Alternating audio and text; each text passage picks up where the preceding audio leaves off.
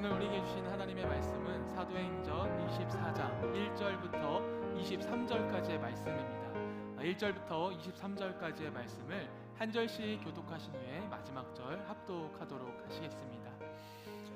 오늘은 생명의 삶 큐티를 통한 매일 아침 묵상 말씀 배송이 3월 13일 모두의 과자죠. 꽃게랑 새우깡입니다.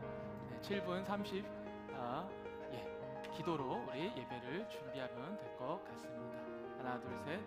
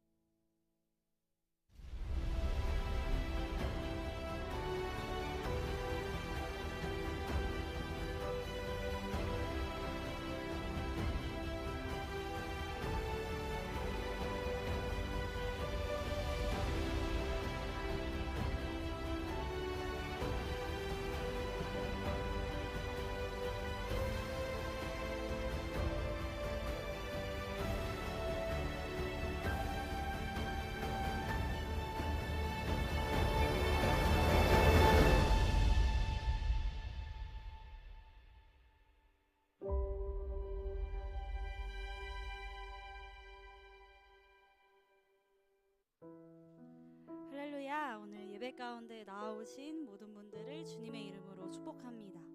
이 자리에 함께 오신 옆 사람을 축복하면서 함께 이렇게 고백해 볼까요? 하나님의 사랑이 당신에게 임하기를 축복합니다. 하나님의 사랑이 당신에게 임하기를 축복합니다. 아멘.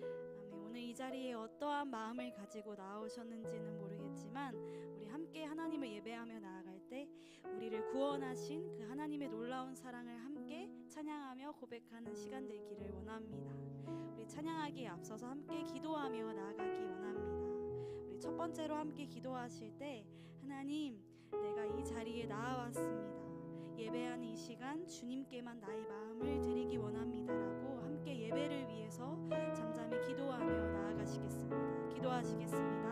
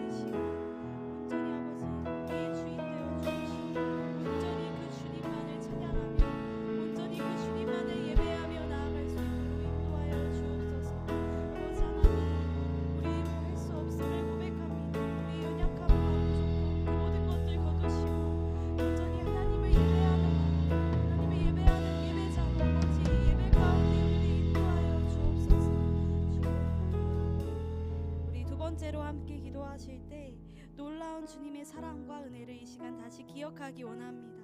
그 은혜 앞에 다시 나아가기 원합니다. 하나님의 놀라우신 은혜를 다시 이 시간 바라보게 하여 주옵소서. 우리 함께 기도하며 나아가시겠습니다. 아버지 주님, 우리를 예배하게 하시는 그 하나님의 사랑을 바라보기 원합니다. 우리에게 아버지 주님, 하나님의 놀라우신 은혜를 기억할 수 있는 시간 되기를 원합니다. 하나님, 온전히 그 사랑으로 우리를 예배 가운데 인도하여 주옵시오. 우리에게 부족한 그 사랑을 아버지 하나님 시간 다시 기억하며 그 사랑으로 온전히 우리의 마음이 채워져서 온전히 그 능력으로만 이 시간 함께 주님을 예배하는 시간 되게 하여 주옵소서. 아멘. 그 주님의 사랑만을 구하며 나아갑니다. 인도하여 주옵소서. 사랑의 주님, 오늘 이 시간 함께 주님을 예배하며 나아가게 하시니 감사합니다. 자기 목숨을 내어주기까지 우리를 사랑하신 주님의 은혜를 다시 기억하며 그 은혜의 감격이 회복되어지는 오늘의 예배가 될 수 있도록 주여 우리를 인도하여 주옵소서. 예배의 모든 것을 주님께 맡기며 빛으로 오신 예수님의 이름으로 기도합니다. 아멘. 이 시간 이 땅에 빛으로 오신 놀라운 사랑 허락하신 주님을 함께 찬양하기 원합니다.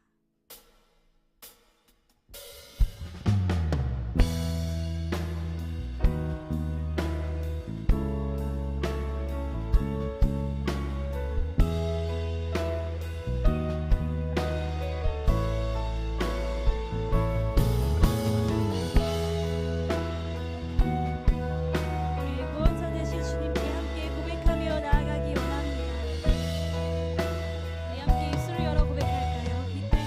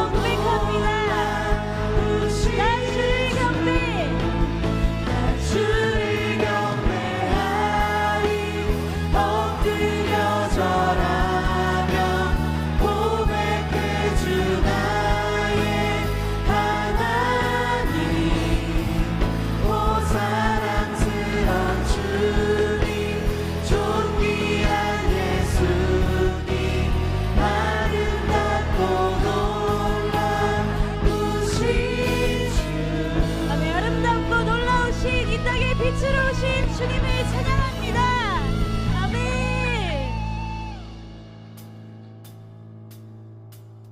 하늘 영광 버리고 이 땅 위에 십자가를 지시고 죄 사했네. 무덤에서 일어나 하늘로 올리셨네. 주의 이 시간 다 같이 일어나서 함께 고백할까요? 하늘 영광 버리고 이 땅 위에 십자가를 지시고 죄 사했네. 무덤에서 일어나 하늘로 올리셨네. 주의 이름 높이리. 처음부터 고백할까요? 주의 이름 높이며 주의 이름 높이며 주를 찬양하나이다. 나를 구하러 오신 주를 기뻐하나이다. 한 번 더 주의 이름 높이며 주의 이름 높이며 주를 찬양하나이다. 나를 구하러 오신 주를 기뻐하나이다. 하늘 영광 버리고 이 땅 위에 십자가를 지시고 죄 사했네. 무덤에서 일어나 하늘로 올리셨네. 주의 이름 높이리. 주의 이름 높이리. 목소리 고백할까요? 주의 이름 주의 이름 높이며 주를 찬양하나이다. 나를 구하러 오신 주를 기뻐하나이다. 주의 이름 높이며 주의 이름 높이며 주를 찬양하나이다. 나를 구하러 오신 주를 기뻐하나이다. 선포합니다. 하늘 영광 버리고 이 땅 위에 십자가를 지시고 죄 사했네. 무덤에서 일어나 하늘로 올리셨네. 주의 이름 높이리. 하늘 영광 버리고 이 땅 위에 십자가를 지시고 죄 사했네. 무덤에서 일어나 하늘로 올리셨네. 주의 목소리로 고백할까요? 하늘 영광 버리고 이 땅 위에 십자가를 지시고 죄 사했네. 무덤에서 일어나 하늘로 올리셨네. 주의 이름 높이리. 하늘 영광 버리고 이 땅 위에 십자가를 지시고 죄 사했네. 무덤에서 일어나 하늘로 올리셨네. 주의 이름 높이리. 주의 이름 높이리. 주의 이름 높이리. 우리를 사랑으로 구원하신 그 놀라우신 주님의 이름을 찬양합니다. 아멘. 우리 놀라우신 주님의 사랑을 계속해서 더욱더 기쁨으로 찬양하기 원합니다.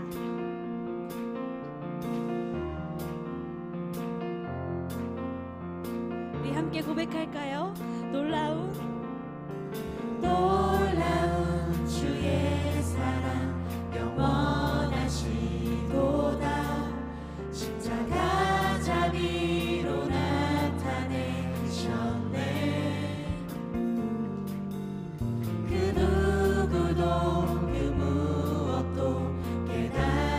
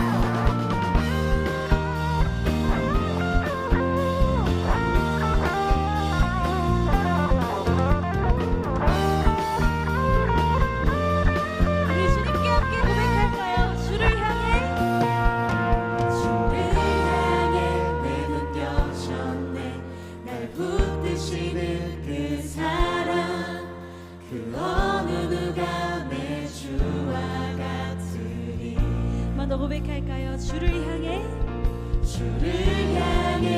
눈 여셨네. 날 붙드시는 그 사랑, 그 어느 누가 내 주와 같으리. 주를 향해 내 눈 여셨네. 날 붙드시는 그 사랑, 그 어느 누가 내 주와 같으리. 이 마지막으로 고백합니다. 주를 향해 내 눈 여셨네. 날 붙드시는 그 사랑, 그 어느 누가 내 주와 같으리. 아름다우신 주 사랑하고 경배해. 멈출 수 없는 내 노래. 아름다우신 주 사랑하고 경배해. 멈출 수 없는 내 한 번 더 고백합니다. 아름다우신 주 사랑하고 경배해. 멈출 수 없는 내 노래. 아름다우신 주 사랑하고 경배해. 멈출 수 없는 내 노래. 내 영 노래하리. 내 영 노래하리. 내 영 노래하리. 예수님께 내 영 노래하리. 내 영 노래하리.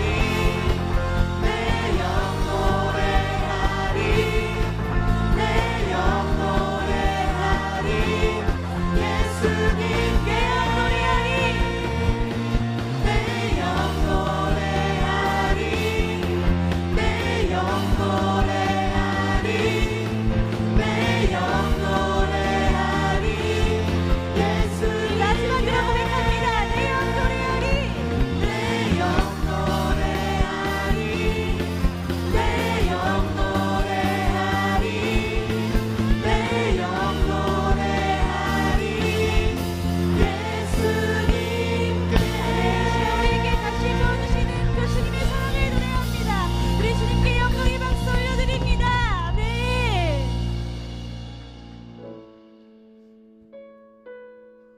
우리를 구원하신 주님의 사랑이 우리 안에 임하심을 믿으십니까? 아멘. 우리 그 구원하신 그 주님의 놀라우신 사랑 앞에 우리의 마음 다해 한 마음 모아 고백하며 나아가기 원합니다.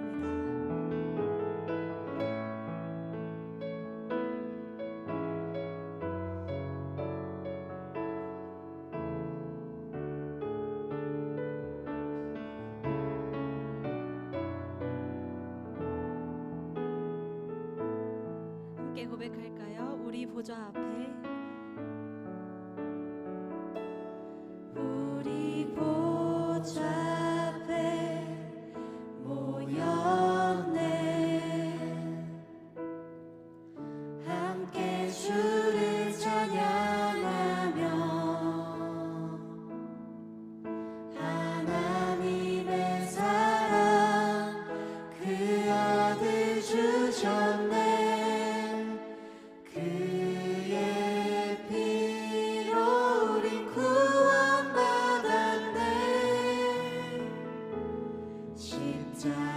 십자가에서 쏟으신 그 사랑 강같이 온 땅에 흘러 각 나라와 족속 백성 방언에서 구원받고 준 경배드리네. 한 번 더 고백할까요? 우리 보좌 앞에 보좌 앞에 모였네.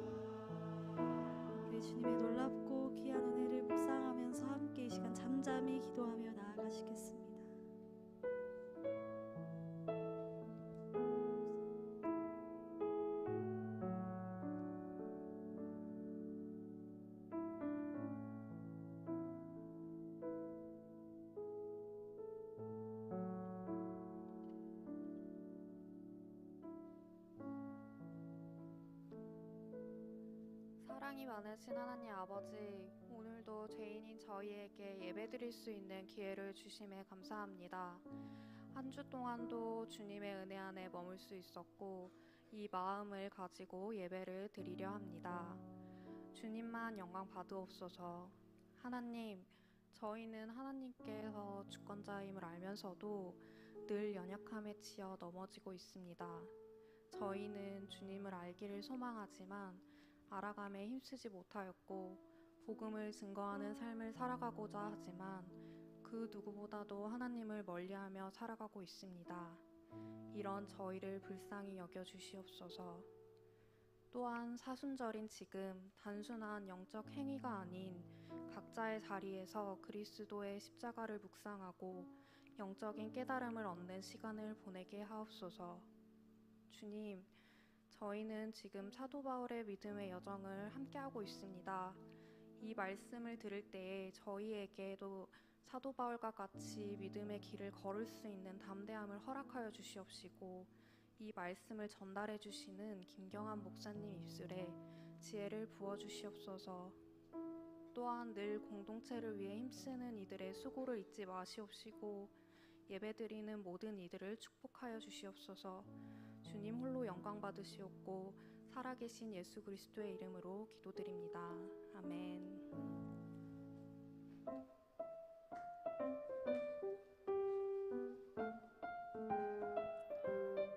안녕하세요. 일청년부 새가족 마을장 이경주입니다. 안녕하세요. 이청년부 새가족 마을장 이재영입니다.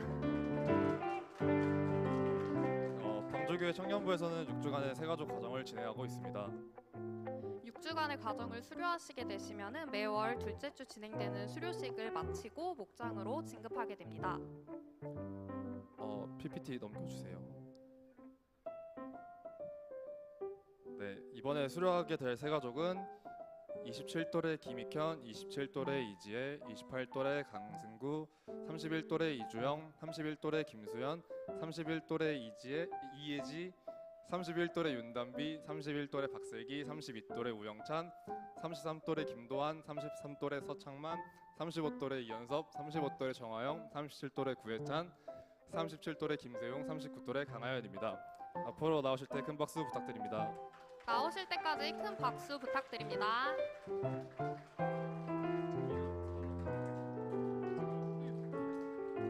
자기 이름 앞에 서주시면 감사하겠습니다.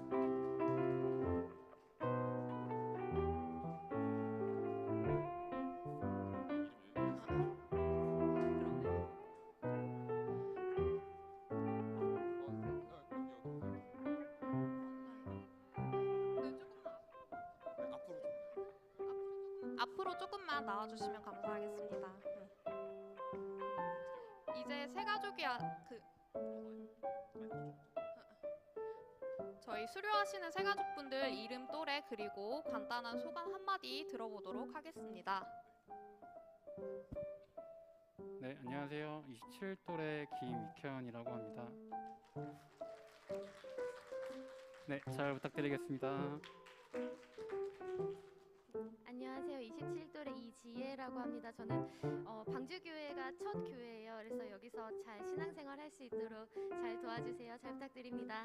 감사합니다. 안녕하세요. 28돌의 강승구입니다. 지금까지 적응하는데 도와주신 김지연 목사님과 새가족 리더님들 감사드리고요. 앞으로 적응하게 될 새로운 리더님도 잘 부탁드립니다. 감사합니다. 안녕하세요. 31돌의 이주영입니다. 믿음의 좋은 공동체에서 함께 예배드릴 수 있어 감사합니다. 안녕하세요. 31돌의 윤담비입니다. 감사합니다. 안녕하세요. 31돌의 김수현입니다. 잘 부탁드립니다. 안녕하세요. 31돌의 박슬기입니다. 믿음 생활하는데 공동체 안에서 좋은 영향을 주고받고 싶습니다. 잘 부탁드립니다. 네, 안녕하세요. 33돌의 김도환이라고 합니다. 이번 겨울 수련회에서 우리 갓 조원 분들을 만남의 축복처럼 이번 방주 공동체 안에서도 또 다른 좋은 믿음의 교제가 있기를 소망합니다. 감사합니다. 안녕하세요. 35또래 이현섭입니다. 앞으로 잘 부탁드리고 그 지연 누나를 비롯한 모든 새 가족을 위해 섬겨주신 분들께 감사드립니다. 안녕하세요. 35또래 정하영입니다. 감사합니다. 안녕하세요. 37또래 구혜찬입니다. 수료만 두 번째인데 세 번째가 되지 않도록 조심하겠습니다. 안녕하세요. 37또래 김세영입니다. 이렇게 환영해 주시고 좋은 말씀 나눠주셔서 정말 감사합니다. 감사합니다. 안녕하세요. 39또래 강하연입니다. 새 가족부 있는 동안 잘 챙겨주셔서 정말 감사하고 앞으로도 잘 부탁드립니다. 네, 원래는 16명의 새가족분들이었는데 오늘 개인 사정상 13분만 참석해 주셨습니다. 이제 이분들은 새가족분들이 아닌 방주 청년부의 가족으로서 기쁘게 맞이해 주셨으면 좋겠습니다. 이제 축복의 시간을 갖겠습니다. 당신을 기뻐하는 하나님 부르면서 함께 축복해 주길 바랍니다. 당신을 기뻐하는 하나님, 당신을 축복하는 하나님, 당신의 웃는 얼굴 속에서 하나님의 웃음 보이네. 당신의 길을 아는 하나님, 당신의 마음을 아는 하나님, 당신이 행복할 수 있도록 하나님 돌보시네. 하나님 신실하시고 그 많은 사랑 당신에게 주길 원하네. 그 하나님 하늘에 쌓은 새로운 소망을 당신에게 준다네. 신실하시고 그 많은 사랑 당신에게 주길 원하네. 그 하나님 하늘에 쌓은 새로운 소망을 당신에게 준다네. 네, 그럼 오늘 수료식은 김경환 목사님의 기도로 마치도록 하겠습니다. 네, 또 우리 김지원 목사님도 열심히 붙이고 계시는 가운데 또 아름답게 또 하트가 두 배가 예, 감사합니다. 네, 여러분들 이렇게 정말 풍성하게 우리 새 가족들이 우리 방주교회에 올 수 있었던 거는 정말 다 하나님의 은혜인 것 같습니다. 당연히 교회가 숫자가 전부는 아니지만 하나님께서 이렇게 많이 보내주시는 것은 또 우리 방주교회 청년부를 통하여서 하나님께서 이루시고자 하는 그 뜻과 의미들이 있기에 이렇게 계속해서 보내주시는 것이 아닐까. 또 이 보내주신 거 우리가 또 잘 받고 함께 하겠다고, 또 많이 축복하겠다고, 함께 예배하겠다고 우리 같이 기도하는 시간 갖도록 하겠습니다. 우리 함께 기도하시겠습니다.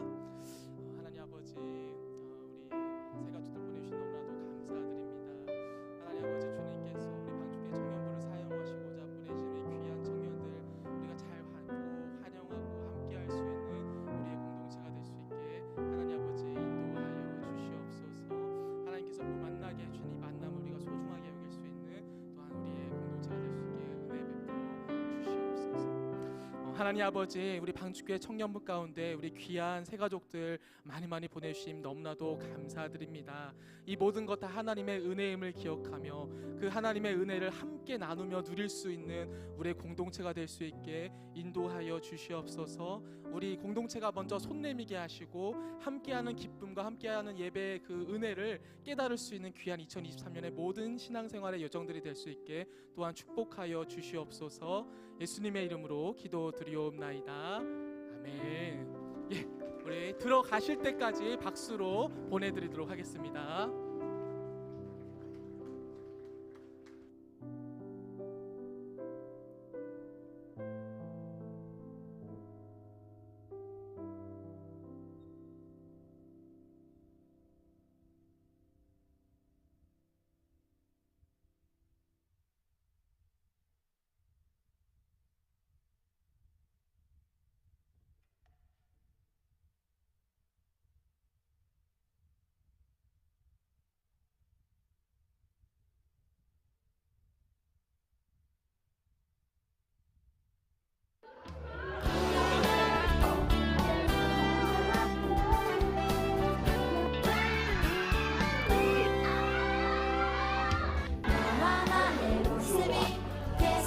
예수님 닮아 너와 나의 모습이 예수님 닮아 하루 이틀 매일매일 지날 때마다 더 닮아가길 원해요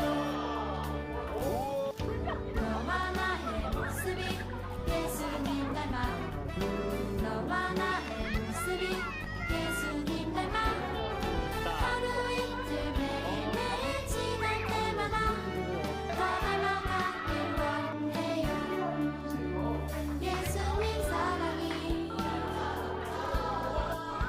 예수님 축복이 예수님 은혜가 당신과 함께 하길 원해요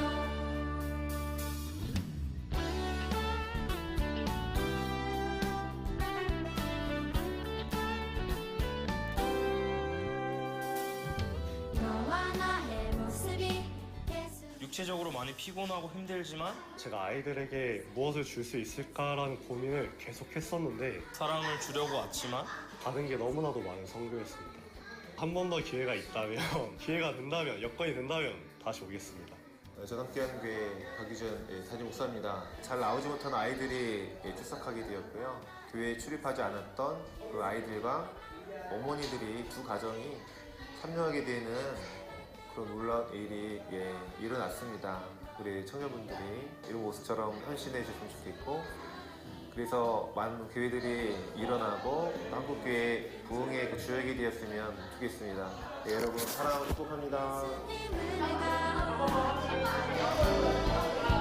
당신과 함께 하길 원해요 예수님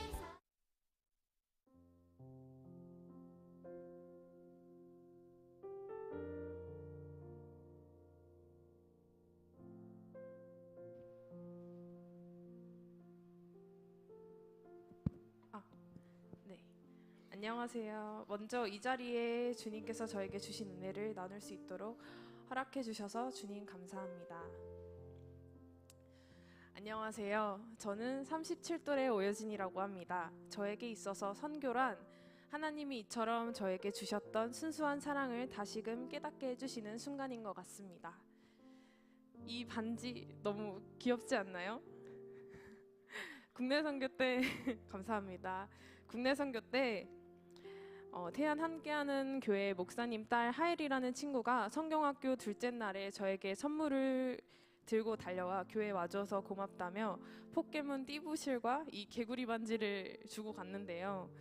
참 그 마음이 투명하고 예쁘다고 느끼게 되는 것 같습니다. 저는 대학병원에서 3교대 근무를 하고 있는 간호사입니다. 간호사라는 직업 특성상 한 달 스케줄표가 전달 중순에서 말에 나오는 편이라 국내 선교를 차질 없이 가려면 이틀 연차를 써야 했었습니다. 그래서 이번 국내 선교 공지가 뜨자마자 그날 연차를 썼고 선교 당일인 2월 27일, 28일 다음 날이 3일절이라 선배 간호사분들이 그날에 연차를 많이 써서 난 안 되겠지 하는 마음에 썼지만 너무 감사하게도 선교 날짜에 휴가를 받을 수 있게 되었고 마침내 선교를 갈 수 있게 되었습니다. 저는 이번 선교에서 율동팀을 맡아 총 7가지의 찬양을 준비했습니다.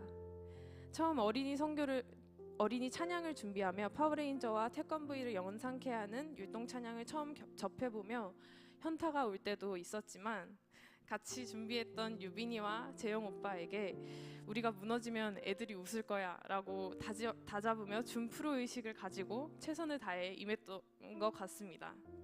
연습을 많이 하지도 못해서 실제로는 아이들 앞에서 찬양을 할 때 많이 틀리기도 해서 부끄럽고 미안했지만 하나님의 은혜로 잘 마무리할 수 있어서 다행입니다. 율동이 시작되자마자 걱정과는 달리 주님께서는 아이들을 통해 하나님의 사랑을 경험할 수 있게 해주셨습니다. 너와 나의 모습이 예수님을 닮아 하루 이틀 매일매일 지나갈 때마다 더 닮아가길 원해요. 아이들이 하나님을 영적으로 만나길 기대하며 준비했던 찬양이었지만 사실 율동을 준비하며 깨달았던 것은 아이들이 아닌 제 신앙 고백이었습니다. 힘들고 어려운 순간이 찾아올 때마다 불안하고 두려운 마음을 극복하기가 어려웠지만 그럴 때마다 주님께 기도하면 놀랍게도 두려워하지 말라, 널 사랑한다 라고 말씀해 주셨습니다. 오늘 이 예배를 마치고 저녁에 또 출근을 해야 하지만 그럼에도 전 주님이 저와 함께 하심을 알기에 하루를 버텨낼 자신이 있습니다. 경한 목사님께서 둘째 공간 날에 사무엘상 17장 말씀을 설교하셨는데 그때 45절 말씀이 다윗이 블레셋 사람들 앞에서 여호와의 이름, 내가 모욕하는 이스라엘 군대의 하나님의 이름으로 내게 나아간다는 말씀이 저에겐 특별하게 다가왔던 것 같습니다.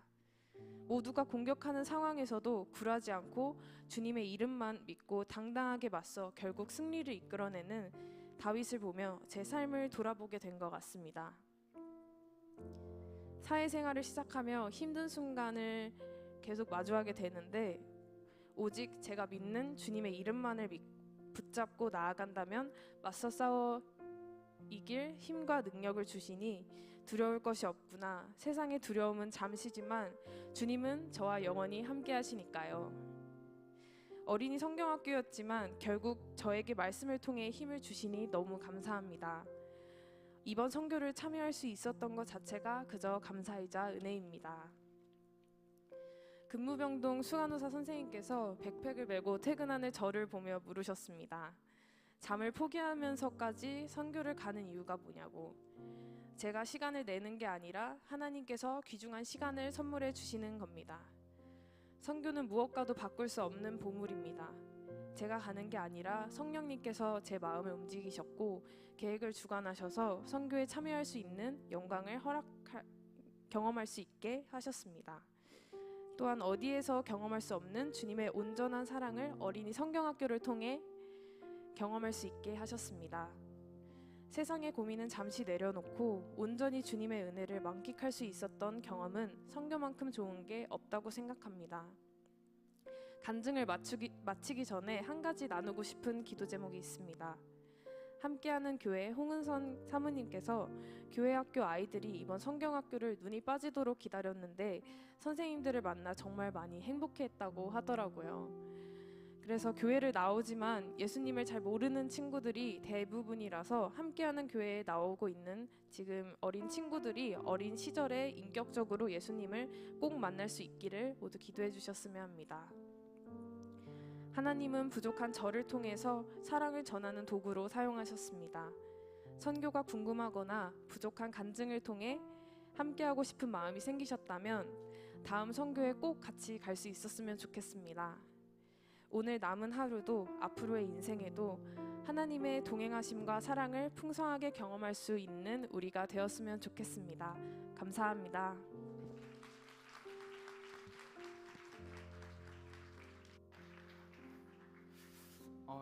은혜로운 간증 너무나도 감사합니다. 매번 선교를 갈 때마다 이제 느끼는 건데 우리가 선택해서 가는 선교 같지만 사실은 하나님이 불러주셔서 우리가 갈 수 있었던 거고 우리가 사랑을 주러 가는 것 같지만 오히려 사랑을 받고 돌아오는 것이 바로 선교가 아닐까라고 생각을 하게 됩니다. 이번 여름에도 또 많은 국내 선교와 해외 선교가 열리게 될 텐데요. 그때도 여러분들 많이 참석해 주셔서 주님의 부르심 가운데 응답하셔서 주님이 주시는 그 사랑을 충만하게 느낄 수 있는 우리 청년부 공동체가 됐으면 좋겠습니다. 네, 계속해서 광고 말씀드리기에 앞서서 오늘 우리 교회를 찾아오신 귀한 또 새 가족분들이 계십니다. 우리 김도영 형제님, 김도영 형제님 잠깐만 일어나 주시면은 너무나도 감사하겠습니다. 예, 뒤에 계시고요. 우리 장인영 형제님 또 오셨습니다. 장인영 형제님, 예, 가운데에 계십니다. 예, 박수로 환영해 주시면 너무나도 감사하겠습니다. 예, 예배 마치고 로비에 나오셔서 또 각 공동체 새가족 리더분들 잘 만나셔서 우리 뒤에 모임들 함께 할 수 있으면 너무나도 감사하겠습니다. 예, 먼저 광고 말씀드리겠습니다. 여러분 들어오실 때 다들 간지 받으셨나요? 혹시 나는 간지를 못 받았다, 나는 들어올 때 간지를 받지 못하였다, 아무도 없을 정도로 너무나도 잘 이렇게 해주셔서 우리 안내팀들 너무나도 감사합니다. 여러분, 우리 해봄이라는 제목으로 두 가지의 내용이 들어가 있습니다. 저희 방주 BDC 스쿨과 또한 동아리에 관하여서 설명이 되어져 있는데요. 먼저 양육 프로그램인 BDC가 다음 주 주일 19일부터 개강을 하게 됩니다. 강좌에 대한 자세한 사항은 간지를 통해서 확인해 주시면 되고요. 또한 그 간지 안에 동아리 활동에 대해서도 간지 함께 적혀져 있습니다. 방주 청년부 1, 2 청년부가 매월 마지막 제주, 넷째 주입니다. 매월 넷째 주에는 셀 목장 모임 대신에 동아리 활동을 하는 동아리 주로 보내게 되었습니다. 그래서 BDC와 동아리 신청은 간지를 보시면은 여기 앞에 QR 코드가 나와 있어요. 이 QR 코드 한쪽엔 동아리, 한쪽엔 BDC 신청이 있으니까요. 동아리 신청과 BDC 신청을 해주시면 되겠습니다. 무엇보다도 동아리는 목장 모임을 대체하는 것인 만큼 모두가 꼭 이 하나 이상의 동아리를 신청해 주시면은 너무나도 감사하겠습니다. 또 너무 많은 동아리를 또 참여해 주시면은 또 동아리를 운영하는 사람의 입장에서 또한 이 멤버가 어떻게 돌아올지 알 수 없기 때문에 최대 2개까지, 그래서 1개 이상 2개 이하로 동아리를 신청해 주시면은 너무나도 감사하겠습니다. 또한 3월 13일 내일이죠. 월요일부터 말씀 배송이라는 제목으로 우리 오전 7시 40분부터 8시까지 방주교회 2채널 유튜브 라이브로 저희 큐티가 시작이 되게 됩니다. 스트리밍, 유튜브 실시간 스트리밍으로 진행이 되게 될 텐데요. 말씀 배송은 매주 월요일부터 금요일까지 진행하게 됩니다. 이번 주에는 생명의 삶 본문으로 함께 나누게 되며 다음 주 월요일 3월 20일이죠. 3월 20일부터는 10주 동안 잠언과 전도서로 말씀을 나누게 됩니다.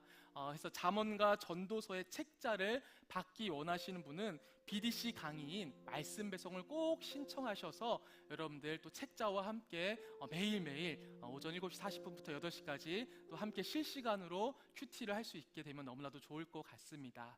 또한 유튜브이기 때문에 7시 40분부터 8시 그 실시간에 참여하지 못할지라도 유튜브에 그게 남습니다. 그래서 내가 그 시간대에 하지 못할지라도 유튜브에 들어오시면 영상이 남아있으니 언제든지 또 함께 그 유튜브 영상을 통하여서 함께 큐티할 수 있었으면 좋겠습니다.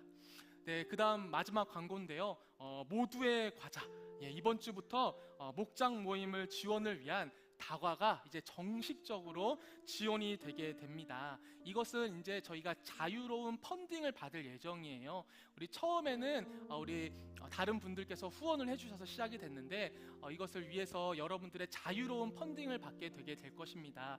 그 펀딩 방법은 다음 주에 공지가 될 예정이니까요. 또 마음이 있으신 분들 또 적극적으로 함께 해주셔서 우리가 함께 이 모두의 과자를 즐기면서 목장 모임을 할 수 있게 도와주시면은 너무나도 감사하겠습니다. 저희 1청년부는 늘 모이던 비전센터 2층에서 이 과자를 받아가시면 되고요. 2청년부는 예배 후에 로비에서 이 과자를 받아가 주시면은 감사하겠습니다. 네, 광고는 여기까지이고요. 오늘 여러분들과 함께 나눌 말씀은 사도행전 24장 1절부터 23절까지의 말씀입니다. 사도행전 24장 1절부터 23절까지의 말씀을 한 절씩 교독하신 후에 마지막 절은 합독하도록 하겠습니다. 닷새 후에 대제사장 아나니아가 어떤 장로들과 한 변호사 더둘로와 함께 내려와서 총독 앞에서 바울을 고발하니라. 바울을 부르매 더둘로가 고발하여 이르되 벨릭스 각하여 우리가 당신을 힘입어 태평을 누리고 또 이 민족이 당신의 선견으로 말미암아 여러 가지로 개선된 것을 우리가 어느 모양으로나 어느 곳에서나 크게 감사하나이다. 당신을 더 괴롭게 아니하려 하여 우리가 대강 역자없나니 관용하여 들으시기를 원하나이다. 우리가 보니 이 사람은 전염병 같은 자라 천하에 흩어진 유대인을 다 소요하게 하는 자요 나사렛 이단의 우두머리라.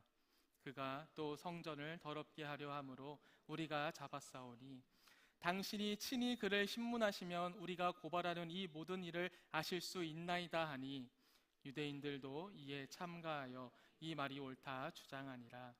총독이 바울에게 머리로 표시하여 말하라 하니 그가 대답하되 당신이 여러 해 전부터 이 민족의 재판장 된 것을 내가 알고 내 사건에 대하여 기꺼이 변명하나이다.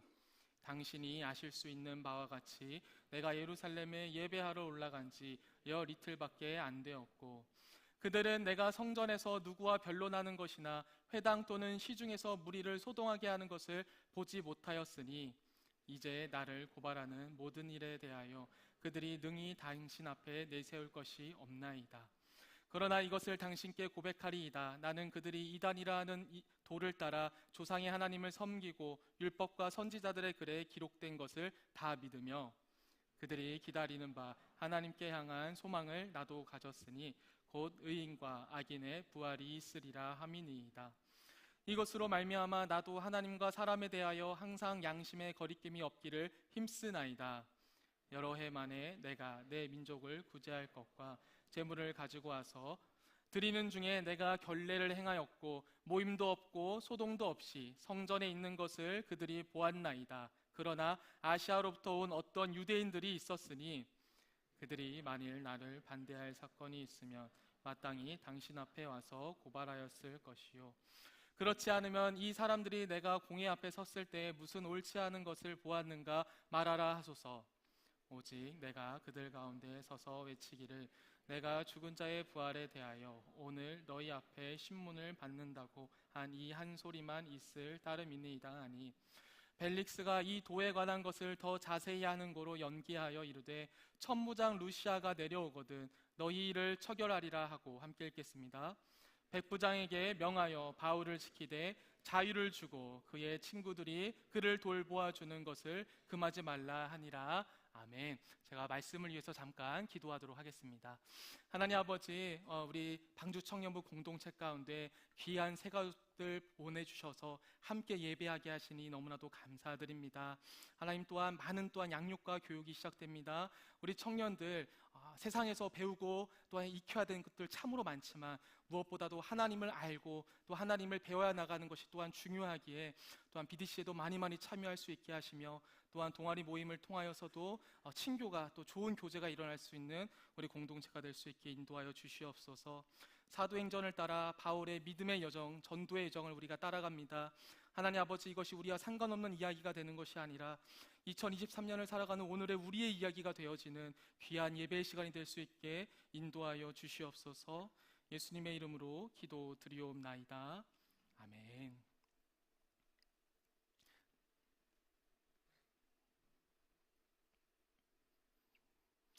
여러분들 말씀의 시작에 앞서서 먼저 잠깐 우리가 오랜만에 사도행전을 하는 만큼 이 사도행전의 24장까지 어떻게 왔는지 짧게 말씀을 드리고 좀 말씀을 시작해 보려고 합니다. 오늘 말씀은 사도행전 24장 1절부터 23절까지 되게 되었죠. 사도행전 24장 1절 말씀을 보면은 바울이 유대인들에게 고발당하는 모습이 나옵니다. 어디에서 고발을 당하고 있냐? 헤롯 궁에 갇혀 있는 상황에서 유대인들에게 고발을 당해 재판을 나가는 모습으로 오늘 말씀이 시작이 되게 되는데요. 바울이 왜 헤롯 궁에 갇혀서 재판을 받게 되었는지를 우리가 한번 찾아가 보도록 하도록 하겠습니다. 바울이 왜 헤롯 궁에 갇혀서 재판을 받게 되었는가? 그 시작은 바로 바울을 싫어한 유대인들의 시기에서 비롯되었습니다. 바울을 싫어했던 사람들의 시기에서 비롯된 오해로 인하여서 이 바울은 이 헤롯 궁에 갇혀서 재판을 받게 되었습니다.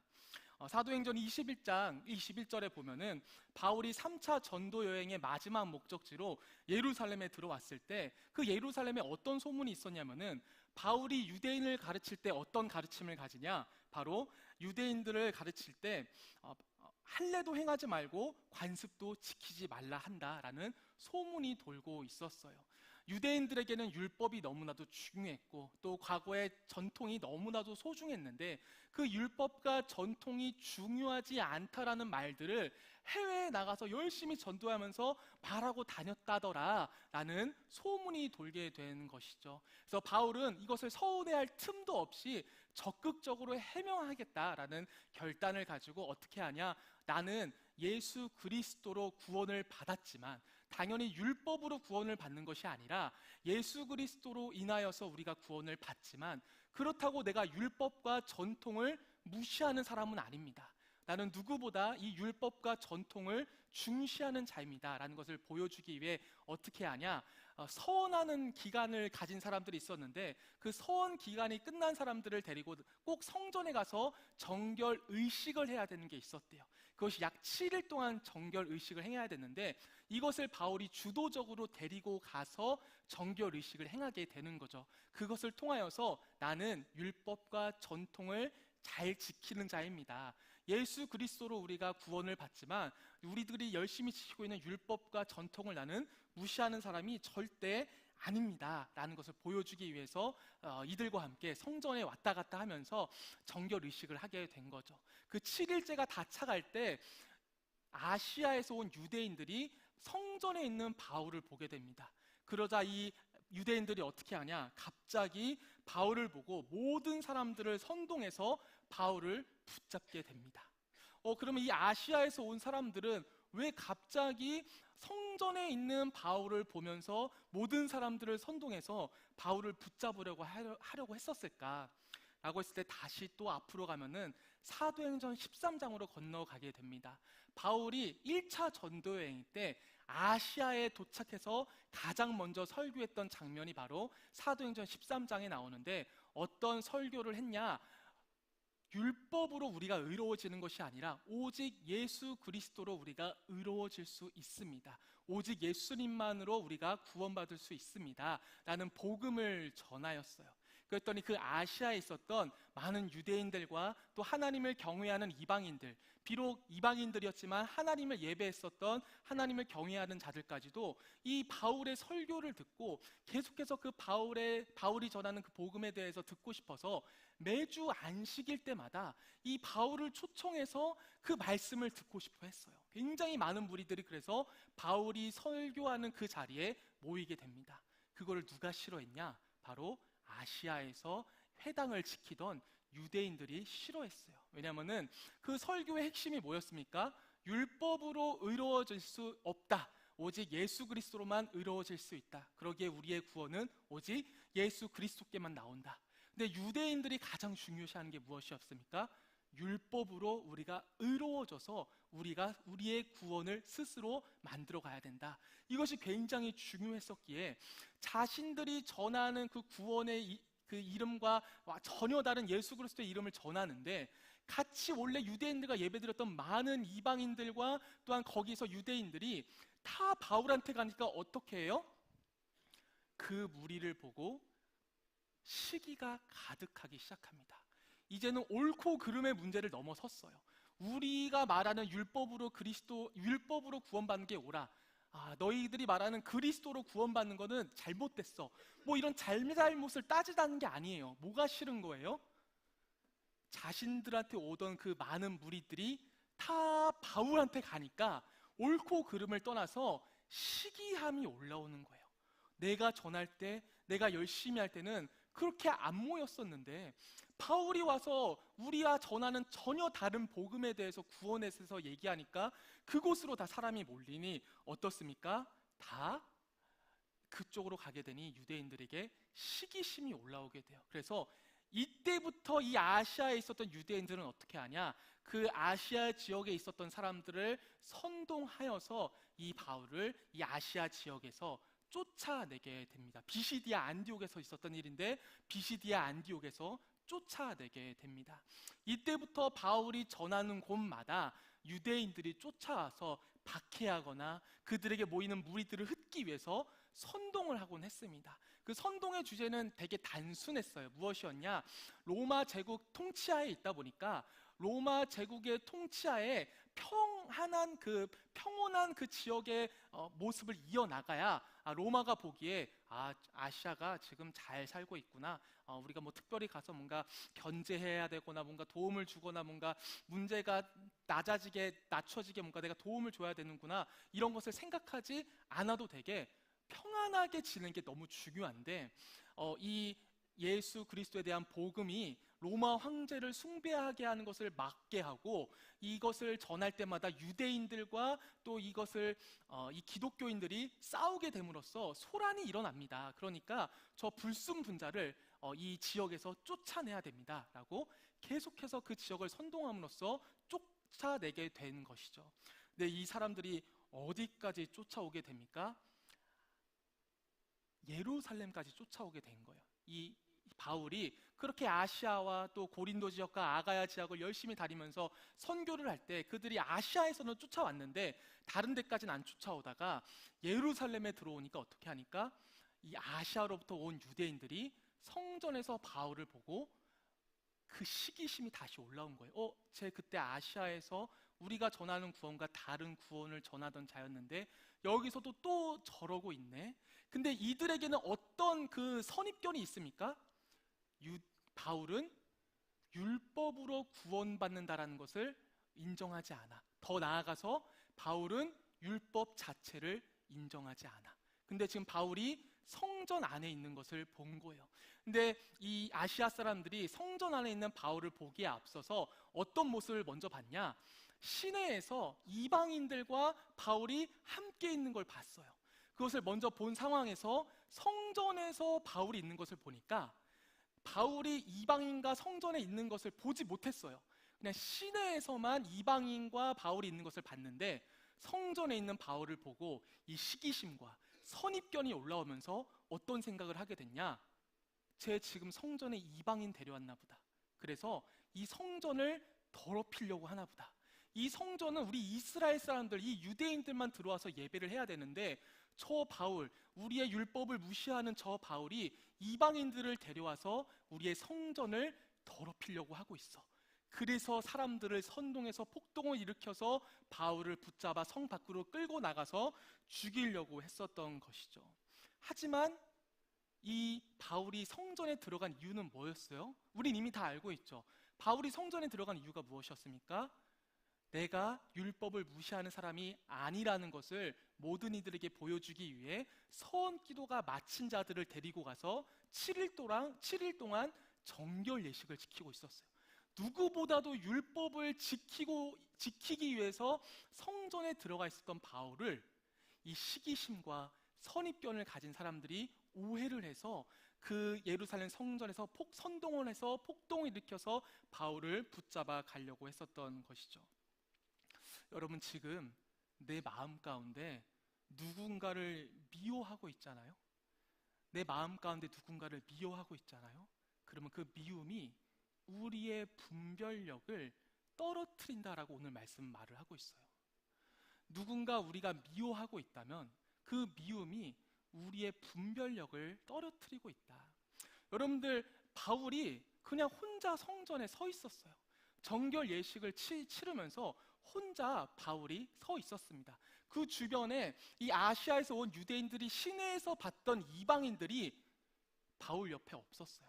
근데 이 시기심과 잘못된 선입견을 가진 이 아시아에서 온 유대인들이 바울을 보자 이방인들과 함께 성전을 더럽히고 있다. 이방인이 거기 있지도 않은데 그냥 그렇게 자기 멋대로 그 선입견 가운데 시기심으로 생각해서 사람들을 선동해서 바울을 붙잡는 모습이 오늘 우리의 모습과도 마찬가지죠. 우리도 누군가를 미워하게 되면은 그 미워하는 사람을 보면 어때요? 우리가 이성적인 생각이 잘 나오지 않아요.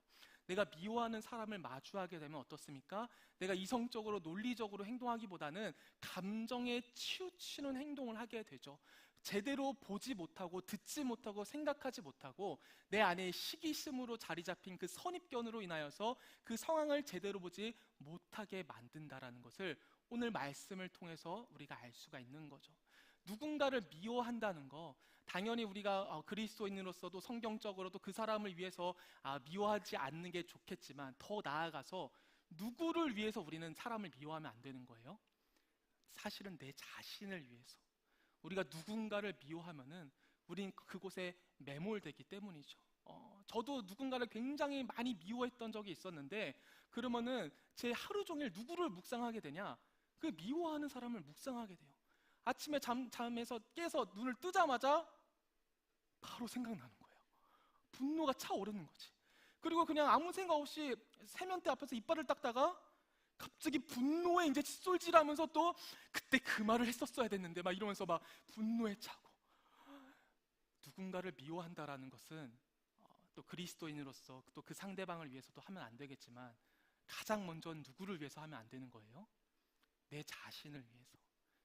나의 분별력이 떨어지고 나의 모든 상황, 모든 하루가 그 사람한테 뺏겨요. 내가 미워하는 그 존재에게 내 모든 분별력과 생각과 시간과 마음이 뺏겨서 오히려 그 내가 미워하는 그 대상이 나를 더 지배하게 만들게 되는 것이죠. 그래서 내 안에 미움이 있다. 누군가를 미워하는 마음이 있다.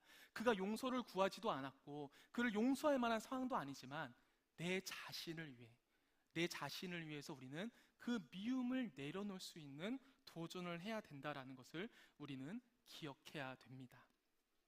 이 아시아에서 온 유대인들이 일으킨 소란을 잠재우고자 누가 나타났었죠? 천부장이 출동했고 바울을 잡아 그를 안전하게 재판받을 수 있도록 어떻게 합니까? 총독이 있는 헤롯궁에 보내 바울이 그곳에서 재판을 받게 되죠. 그렇게 오늘 말씀이 시작이 되게 됩니다. 그래서 이제 변호사가 나타나게 되죠. 이 더들로라는 변호사가 나타납니다. 이 변호사라는 단어의 원어에 들어가면은 실제로 변호사라는 개념보다는 웅변가라는 단어의 뜻으로 나옵니다. 그래서 과거 이 시대 때는 변호사들이 직접 재판에 가서 변호를 하진 않았대요. 실제 법적 지식이 있는 변호사가 될 수 있는 그 지식이 있는 사람들은 오늘날로 따지면 약간 그 법대 교수 같은 역할을 했었다고 합니다. 그 당시에 법적인 지식을 갖고 변호사의 자격증을 가진 그 존재들은 오늘날로 따지면은 법대 교수님 같은 역할을 했고 실제로 재판에 뛰어드는 변호사는 많지는 않았대요. 그래서 대부분 어떤 사람들이 재판에 뛰어드냐? 수사학을 배운 사람들, 말을 조리 있게 원하는 대로 목적을 달성하기 위해 말을 잘하는 사람들. 그럼 그 중에서 누가 가장 인기 있었겠어요? 수사학에 능통하면서 법적 지식이 있는 사람. 수사학에 능통하면서 법적 지식이 있는 사람. 그 사람이 바로 오늘 말씀에 나왔던 더들로라는 변호사였던 것이죠. 이 더들로라는 변호사가 이제 유대인들을 대표하여서 바울을 고발하기 시작합니다. 두 가지로 이제 바울을 고발하는데요. 첫 번째로 온 세계의 모든 유대 사람들에게 소란을 일으키는 전염병 같은 존재입니다. 그러니까 이 바울이 있는 곳에는 늘 유대인들과 싸움이 일어나서 로마 황제가 보기에 저 총독은 그 지역을 잘 못 다스리고 있구나라는 것을 생각하게 만들 정도로 그는 문제하다. 어딜 가나 소동과 소란을 일으키는 존재이기 때문에 그를 절대적으로 종교 범죄자로 보시면 안 되고 정치 범죄자로 보셔서 꼭 로마 실정법에 따른 벌을 받게 해주셔야 된다라고 말을 하고 있고, 두 번째로는 나사렛 이단의 우두머리로 과거 로마 정부가 십자가형을 내렸던 나사렛 예수와 관련이 있다. 이 예수님께서는 어떻게 로마 군에 의하여서 십자가에 달리게 됐습니까? 유대인의 왕이라는 그 팻말이 치욕스럽게 걸린 상태에서 조롱을 받으면서 죽으셨지만 로마 입장에서는 어떤 존재예요? 반군인 거예요. 반군, 반란자 같은 대표자가 바로 예수님이었던 거예요. 그래서 그를 유대인의 왕이라고 써놓고서 십자가에 쳐박은 거죠. 근데 그 나사렛 이단과 함께하는 우두머리다. 그 예수를 이어서 그 나사렛 무리들을 이끌어가는 우두머리이다. 그러므로 이미 예수님이 로마 실정법으로 십자가에 못 박혔던 것처럼 이 바울도 그렇게 로마 실정법 가운데 처형을 받아야 됩니다라고 말을 하고 있는 거죠. 백성을 미혹하고 반군 과거의 예수님처럼 반란을 일으킬 수 있는 존재입니다. 그러므로 종교법으로 다가오지 마시고 로마 실정법으로 다가와 주셔서 이들을 처치하는 것을 우리한테 맡기지 마시고 로마에서 사형을 내려주십시오. 이것을 원하고 있는 거죠. 왜냐하면 유대인들은 사형을 내릴 권한이 없었어요. 근데 죽이고 싶으니까 사형을 내려야 되는데 그러면 종교법에 받으면 안 되고 무조건 정치법, 로마 실정법에 대한 판결을 받아야 되니까 계속 그쪽 방향으로 이제 변호를 하고 있는 것이죠. 그 증거를 뭐로 두고 있냐? 성전을 더럽게 하려고 했다. 이 유대인들이 가장 중요시하는 이 성전을 더럽히려고 하였다. 그러면은 이 예루살렘에서 엄청난 유대인들의 폭동이 일어날 수 있을 뻔했다. 그것을 우리가 잡음으로써 막아냈다. 이것이 우리의 증거입니다라고 얘기를 하고 있어요. 근데 여러분들, 우린 이미 알고 있죠. 바울이 소동을 일으키는 게 아니라는 거. 누가 늘 소동을 일으켰습니까? 늘 유대인들이 소동을 일으켰어요. 이 소동은 늘 그것을 선동한 유대인들이 일으켰지 바울이 소동을 일으킨 적은 한 번도 없었습니다. 그리고 성전에는 바울이 왜 있었어요? 정결 예식을 통하여서 나는 율법을 무시하는 사람이 아닙니다 라는 것을 보여주기 위해서 성전에 있었는데 성전을 더럽히게 하려고 했대요. 어떠한 것도 사실은 그들이 변호하고 고발한 내용에 어떠한 것도 증거를 댈 수 없으며 맞는 것도 하나도 없는 상황이었어요. 근데 이 재판에 참여했던 유대인들은 어떻게 반응했냐? 이 말이 옳다 주장하니, 이 변호사의 증거도 없고 사실도 아니었던 변호를 듣고 그 재판에 참여했던 많은 유대인들은 어떻게 평가하냐? 그의 말이 옳다. 그 변호사 더둘로의 말이 옳다. 저 바울은 어딜 가나 소동을 일으키는 자고 그로 인하여서 이 성전도 더럽혀질 뻔했으며 저 자는 이제 나사렛 예수처럼 나중에 반군들을 모을 수 있는 자들이니까 처형을 해야 됩니다. 저 변호사의 말이 옳습니다라고 팩트를 체크하기보다는 그냥 자기네들이 듣고 싶은 것만 들으려고 하는 모습을 우리가 발견하게 되죠. 여러분, 우리는 루머에 대해서 얘기하는 걸 되게 좋아하는 것 같아요. 루머를 듣는 걸 되게 좋아해. 여러분, 최근에 루머 어떤 거 들으셨습니까? 저는 이제 전자기기를 참 좋아하다 보니까요, 늘 이제 뉴스를 보는데 뉴스에서 가끔씩 이런 게 나와요. 아이폰 15 이미지 유출, 뭐 이런 게 나오는 거야. 그래서 이번 아이폰 15에는 뭐 USB-C형이 추가가 될 것이며 뭐 수많은 이제 루머들이 나오는데, 근데 사실 아무것도 확인된 게 없는 그냥 루머인 거예요. 근데 나도 모르게 손이 가. 이게 애플의 공식적인 발표가 아니기 때문에 이게 중요하지 않고 이렇게 안 나올 걸 뻔히 알면서 나도 모르게 그 루머에 대한 이야기를 너무 듣고 싶고, 근데 그걸 들으면 또 어때요? 열심히 전하고 다녀. 야, 다음 아이폰 15가 진짜 대박이야. 근데 지금 사지 마. 지금 사지 말고 조금만 기다리면 우리 USB-C로 통일할 수 있어. 야, 아이패드 충전할 때랑 아이폰 충전할 때 선이 2개나 있어야 되잖아. 조금만 기다려. 막 이러면서 확인되지 않은 그 루머에 대해서 우리는 옮기고 다니는 이야기를 너무나도 좋아하죠. 근데 여러분, 이 아이폰 같은 이런 전자제품에 대한 이야기는 얼마나 귀여워요, 여러분들. 근데 이것이 때로는 어떤 연예인이나 어떤 공인들에게 어떤 비하하는 이야기라든지 그들의 치부를 드러내는 루머가 나왔을 때도 어때요? 우리는 그것을 팩트 체크를 하기보다는 막 이야기하고 다니는 걸 너무 좋아해요. 너무 재밌습니다. 그리고 여러분들, 우리 설교단에서 이런 얘기를 하면 안 되지만 가장 좋은 안주는 뭐라고 말을 하죠, 여러분들? 역시 우리 공동체는 아무도 술을 안 드시기 때문에 안주가 뭔지도 잘 모르시잖아요. 감사합니다. 사람의 뒷얘기를 하는 게 가장 좋은 안주다라는 말이 있을 정도로 우리는 어때요? 사람들의 뒷얘기를 하고 다니는 게 너무나도 좋아하고 있어요. 네, 여러분들, 우리가 팩트를 체크하지 않고 뒷얘기를 하고 다니는 거에 결과가 누군가를 죽음으로도 이끌 수 있다는 것을 우리는 늘 기억해야 돼요. 이 유대인들이 팩트 체크를 하지 않고 자기네들이 좋아하는 이야기들을 막 나르면서 확인되지 않은 사실들에 대해서 동의하면서 얘기를 퍼나갔을 때 만약에 재판관이 이들의 말을 들어줬다고 해보십시오. 바울도 사형을 당했을 거예요. 또한 우리도 이미 많이 알고 있지 않습니까? 연예인들의 루머에 휩싸여서 잘못된 선택을 하게 되는 그것들을 우리가 발견하게 되지 않습니까? 우리가 팩트 체크를 하지 않은 루머에 대해서 말을 옮길 때 어디까지 생각을 하셔야 돼요? 내 이 말이 사람을 죽일 수 있다. 나 이 확인되지 않고 히히닥거리면서 노는 뒷말들이 누군가를 죽음에 이르게 할 수 있다 라는 경각심을 우리는 늘 가져야 될 것입니다.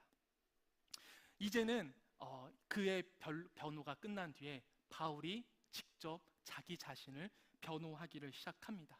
참 간단하게 좀 정리를 해봤는데요. 첫 번째로 바울은 자기 자신에 대해서 어떻게 변호를 하냐? 예루살렘에 간 지 나는 12일밖에 되지 않았다. 그리고 이 12일 중에서 나는 4일 동안 옮겨 다니고 갇혀 있는 데 시간을 다 썼다. 실제로 나는 예루살렘에서 8일밖에 없었기 때문에 나는 누군가의 반란을 준비할 시간이 없었으며, 나는 이 예루살렘에 온 목적이 바로 고린도 교회와 저기 아가야 쪽에 있는 고린도 교회와 저 마게도냐 교회에서 보낸 그 연보, 그 헌금을 전달해 주기 위해서 이 예루살렘에 온 것이지 반란을 준비하기 위해서 이곳에 온 것이 아니다. 나는 반란을 준비할 시간도 없었고 목적도 없었다. 그리고 두 번째로는 나는 성전에서 누구와도 변론하지 않았다. 그리고 나는 성전에서 정결 예식을 치르고 있었다. 아무런 모임도 아무런 소동도 없었다. 나는 성전을 더럽히려고 하지 않았다. 그리고 세 번째로는 회당이나 시중에서, 그러니까 성전 밖이죠. 성전 밖에서 나는 무리를 소동하게 하지 않았다. 나는 그 누구도 선동한 적이 없다. 그리고 네 번째로는 그들이 변론도 소동도 보지 못했다. 지금 저 나 앞에서 변호하고 있는 저 변호사와 대제사장들은 그 당시에 소동 가운데도, 그리고 내가 막 무언가를 모임을 가지려고 하는 어떤 변론 가운데서도 그들은 참여하고 있지 않았다. 그리고 그 현장에서 나를 선동했었던 아시아 유대인들은 이 재판에 지금 오지도 않았다. 너희들이 말하는 것에 대한 아무런 증거가 이 재판 가운데 준비가 되어 있지 않고 있다. 그 다섯 번째로는 나사렛 이단의 우두머리를 인정한다. 나는 너희들이 말하는 그 이단의 우두머리가 된 것을 인정한다. 그러나 하나님을 섬기고 율법과 선지자들의 글에 기록된 것을 나는 믿는다. 나는 너희들이 말하는 이단의, 나사렛 이단의 우두머리지만 나는 유대인들과 어떠한 것도 충돌이 일어날 것이 아무것도 존재하고 있지 않다. 나는 유대인들의 적이 아니다.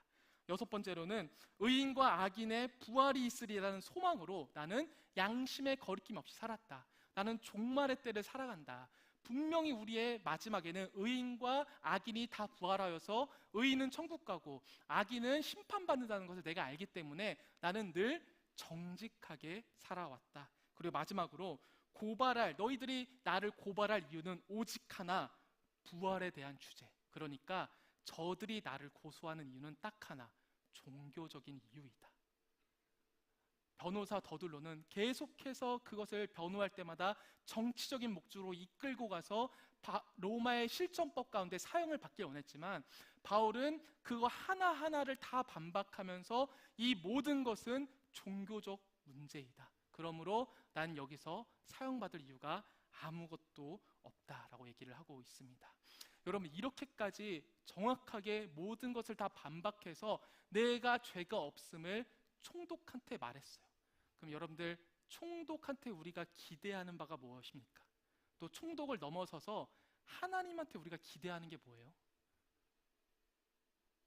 나의 변호가 완벽한 만큼 나의 신변이 안전하게 지켜져서 풀려날 수 있을 거라는 것을 기대하지 않겠습니까? 근데 총독의 반응은 어땠냐? 오히려 나는 이 도에 관한 것을 더 자세히 안다. 근데 이것을 연기하겠다.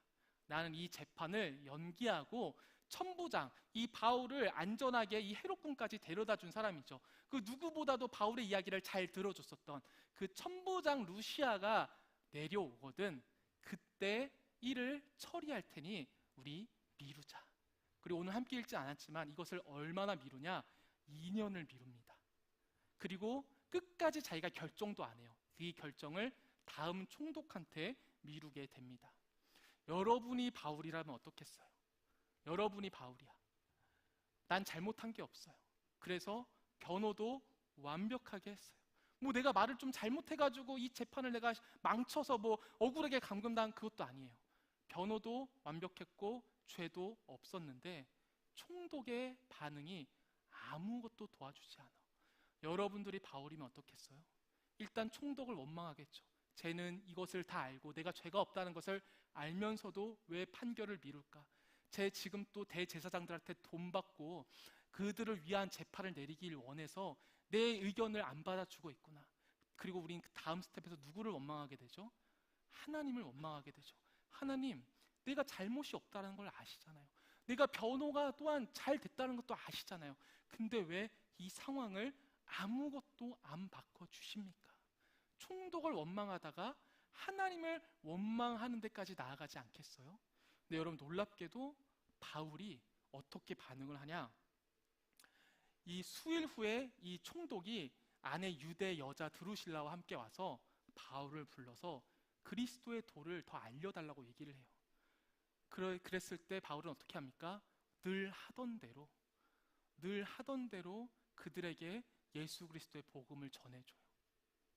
내가 죄가 없다라는 것을 총독이 알고 있고 나의 변호에 실수가 없었다는 것을 총독이 알고 있는데 총독이 그 대제사장들의 그 눈치를 보면서 재판을 미루고 결정을 내리지 않은 상태에서 그 총독이 나를 불러서 그리스도의 도를 설명해 달라고 얘기하는데 마치 그 억울한 재판이 없었던 것처럼 아무 일도 없이 바울은 그 총독에게 복음을 전합니다. 여러분, 바울이 어떻게 이럴 수 있었을까요?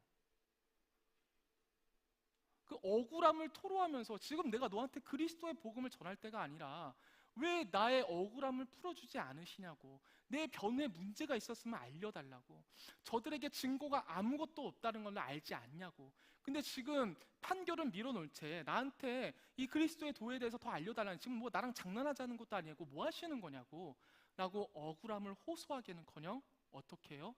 바울은 그냥 원래 하던 대로 억울한 상황을 아무것도 말하지 않고 계속해서 그리스도의 복음을 전합니다. 바울이 어떻게 그럴 수가 있었어요? 바울은 애초에 사람들에게 자신이 전하는 그 복음이, 그리고 자신이 변호하는 이 진리가 인정받는 게 제일 중요하지 않았던 거예요. 바울은 애초에 사람들에게 이 나의 이 변호와 이 진리를 전하는 것에 있어서 사람들이 인정해주고 돌아와주는 것을 기대가 크지가 않았었던 것이죠. 여러분, 바울이 복음을 전하기 위해서 포기했던 것들을 우리가 먼저 생각을 해보세요. 바울이 무엇을 포기했습니까? 가말리아의 문하생으로서 누구보다 율법의 열심으로 있어서 모든 유대인들에게 존경받던 미래가 촉망받는 자였어요. 청년이었어요. 근데 그것을 배설물로 여기고 예수 그리스도의 복음을 전하러 나갔던 거죠. 바울의 애초의 시작이 어떻습니까? 사람에게 인정받는 게 중요하지 않았어. 바울의 그 복음 전함의 시작 자체가 사람에게 인정받는 게 중요하지 않았어. 그렇기 때문에 어때요? 이 상황, 이 억울한 상황, 이 인정받지 못하는 상황도 너무나도 익숙하고 당연하고 개의치가 않은 거예요. 바울에게 중요한 건 뭐였습니까? 하나님이 나를 인정해 주는 거예요. 하나님이 이 나를 인정해 주는 거예요.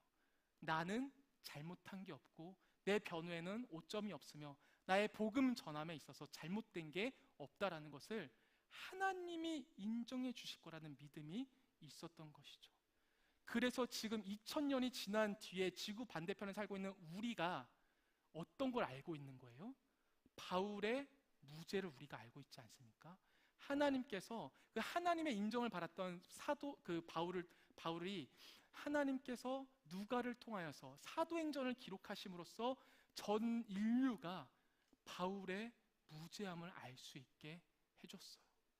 바울이 오직 하나님께 인정받는 것만이 중요하였을 때 오히려 하나님께서 어떻게 하십니까? 모든 인류가 바울을 인정할 수 있게 일해 주시는 거죠. 여러분, 우리도 마찬가지인 것 같아요. 우리가 이 자리에서 예배 드릴 수 있는 자가 될 수 있는 것, 우리가 예수 그리스도의 복음을 나의 복음이라고 고백할 수 있게 해준 것, 그거 누구 덕분에 된 거예요? 누가 나를 그걸 인정해 준 거예요? 하나님이 인정해 줬어요.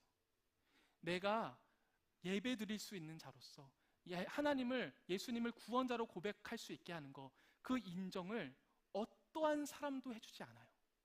내 스스로도 내가 하나님 앞에서 구원받을 만한 자다, 예배 드릴 만한 자다, 여러분 솔직하게 말하면 내가 나를 인정할 수 있겠습니까? 저도 당연하죠. 저도 내 한 주를 돌아봤을 때 사실 여러분들 앞에서 말씀을 전한다고 내가 내 스스로를 인정하기가 너무 부끄러운 모습이 많아요. 나 같은 사람이 복음을 전하는 이 앞에 서도 괜찮을까라는, 나도 내가 인정이 되지가 않아요. 근데 누가 나를 인정해 준 거예요? 하나님이 나를 인정해 줬어요. 하나님이 내가 하나님께 예배 드릴 수 있는 자로 인정해 주셨고, 하나님이 내가 하나님을 구원자로 고백할 수 있게 인정해 주셨어요. 우리의 시작이 어디에 있습니까? 우리의 시작은 하나님의 인정에 뿌리 박혀 있습니다. 그렇기 때문에 여러분들을 다른 것에 우리가 집중하는 것이 아니라 하나님께 인정받는 것에 우리가 집중해 봤으면 좋겠습니다. 우리가 세상에서 인정받고 싶은 게 얼마나 많이 있습니까? 근데 여러분들, 세상의 인정은 계속해서 바뀌는 거예요. 이 총독 벨릭스가 판결을 미뤘던 가장 큰 이유가 무엇이었냐면은 바울에게도 돈을 받고 싶었어요. 나 너 거짓말 안 하는 거 알아. 그러니까 돈을 좀 줘봐. 그럼 내가 너가 원하는 판결을 내려줄게.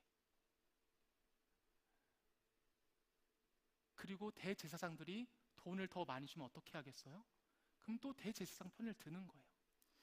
이 세상에 인정받는 것은 그 순간순간에 그 세상이 원하는 필요를 채워주는 자에게 따라 그 인정은 돌고 돌 수밖에 없습니다. 우리가 세상의 인정을 받으려고 살아간다면은 우린 영원히 목마름의 인생을 살 수밖에 없는 거예요. 여기서도 인정받아야 되고 그 인정을 또 다른 사람이 가져가면 난 또 저기서 인정을 받기 위해서 애써야 되고 나는 어디에서도 인정받지 못한 채 그 인정에 목마른 삶을 살아갈 수밖에 없는 것이죠. 근데 하나님께서는 우리를 애초에 시작부터 인정해주고 시작을 해요. 우리가 가장 죄인 되었을 때 우리를 구원하시기 위해서 하나님께서 나에게 찾아오셨다라고 말을 하지 않습니까? 그래서 제가 매번 양육 인터뷰실 때마다 항상 하는 말이 이겁니다. 구원에 대한 확신이 있습니까? 머뭇거리는 청년들이 있어요. 그러면은 자신 있게 말해도 된다고.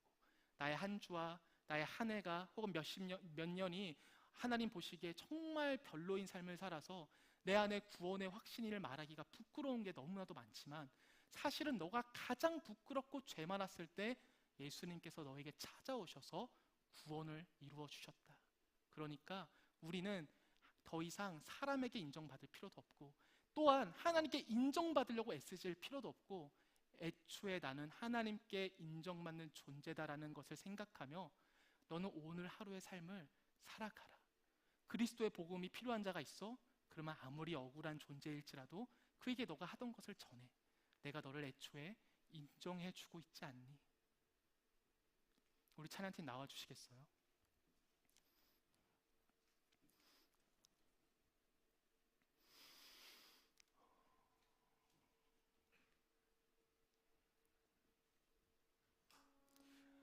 사람에게 인정받고 싶은 마음이 들 때마다 이것을 항상 생각했으면 좋겠습니다.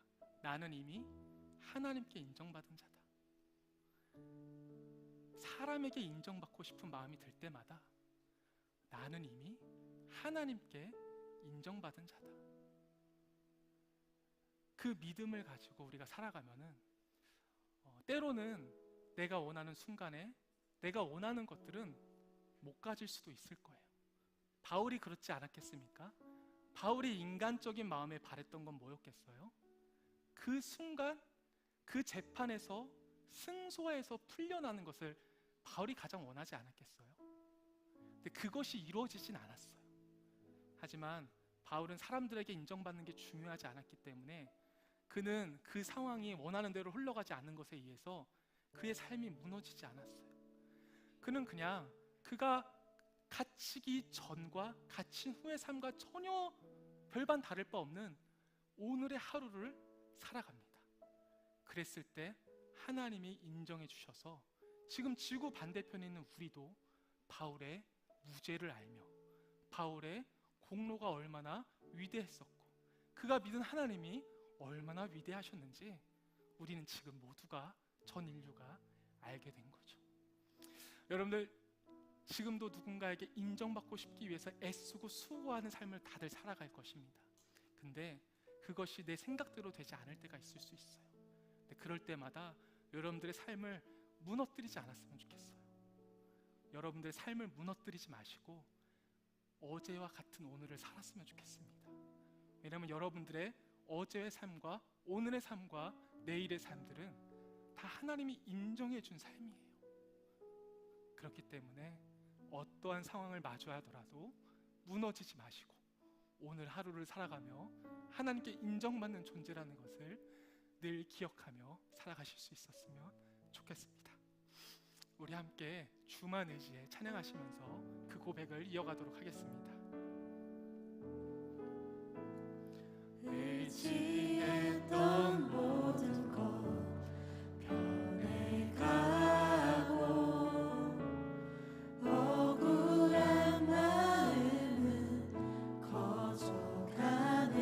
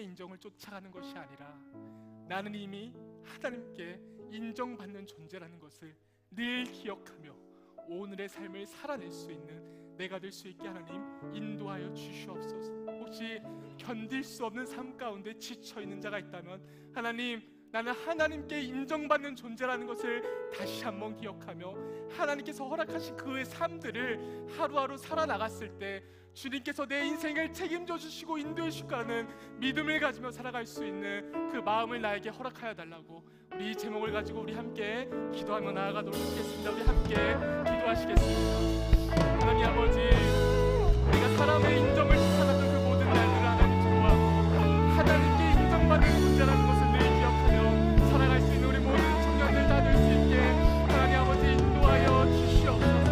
하나님, 무엇보다도 바울이 그렇게 하나님 사람들의 인정을 놓지 않고 하나님의 인정만을 바라고 나갈 수 있었던 그의 삶이 가능했었던 그 이유들을 우리가 기억하기를 원합니다. 하나님, 바울의 인생의 그 시작이, 바울의 그 복음 전도에서도 그 인생의 시작이 모든 사람들에게 인정받던 것들을 내려놓고 오직 하나님께 인정받기 위해서 나갔던 그의 삶이었기에 하나님 심판 가운데 억울함과 모함과 우울 가운데도 불구하고 그의 삶을 무너뜨리지 않고 견뎌내며 어디와 다를 바 없는 오늘의 삶을 살아갔었던 바울을 기억하기를 원합니다. 하나님, 내가 여기서 예배하고 예수님을 구원자로 고백할 수 있는 삶을 살고 있습니다.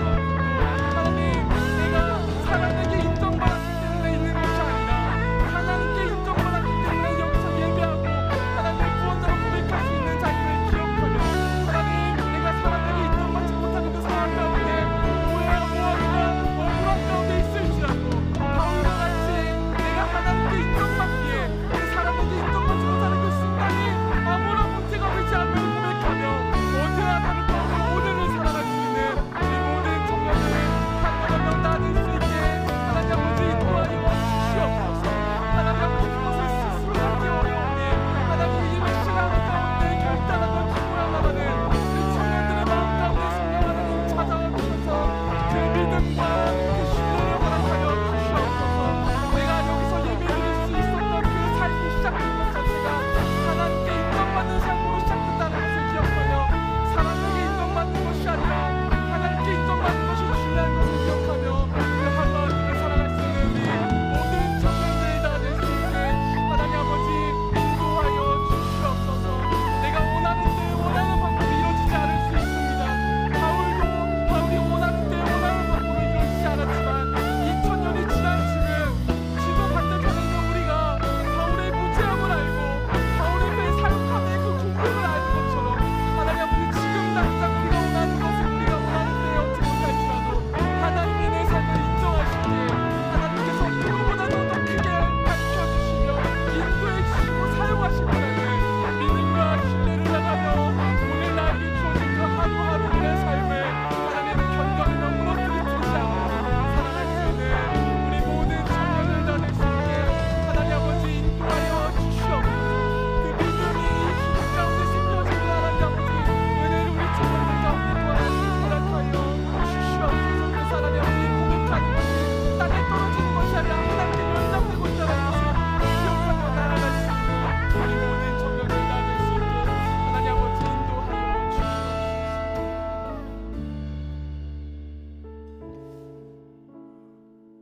하나님 아버지, 바울의 삶을 보면서 또 나의 삶을 돌아보기를 원합니다. 하나님 아버지, 바울이 참으로 억울할 수밖에 없었던 그 순간 가운데서도 그 억울함에 매몰되지 않고 그에게 주어진 그 하루들을 살아냈던 것처럼 하나님 아버지, 우리도 오늘의 하루를 살아내기를 원합니다. 그 바울이 그 삶을 살아낼 수 있었던 것은 사람의 인정이 중요한 것이 아니라 하나님께 인정받는 것이 중요했기에 그의 삶의 시작이 하나님께 인정받는 것으로부터 시작된 것을 기억하며 사람의 인정이 아닌 하나님의 인정을 쫓았기에 그의 그 삶이 하루를 견뎌낼 수 있었던 것처럼 하나님, 우리도 여기 모여서 하나님을 예배하고 예수님을 구원자로 고백하는 그 삶이 시작된 것은 나는 이미 하나님께 인정받는 존재였으며 그 하나님께 인정받음으로 내 삶이 시작되었다는 것을 기억함으로써 하나님, 매 순간마다 사람에게 인정받지 못하는 것에 내가 매몰되지 않고 하나님께 인정받는 존재로 기억하며 오늘 나에게 주어진 그 하루들을 살아낼 수 있는 우리 모든 청년들 다 될 수 있게 인도하여 주시옵소서. 예수님의 이름으로 기도드리옵나이다. 아멘. 이 시간 여러분들이 드린 예물을 하나님께 올려드리며 또 하나님께 결단하며 우리 함께 일어서서 찬양하는 시간 갖도록 하시겠습니다.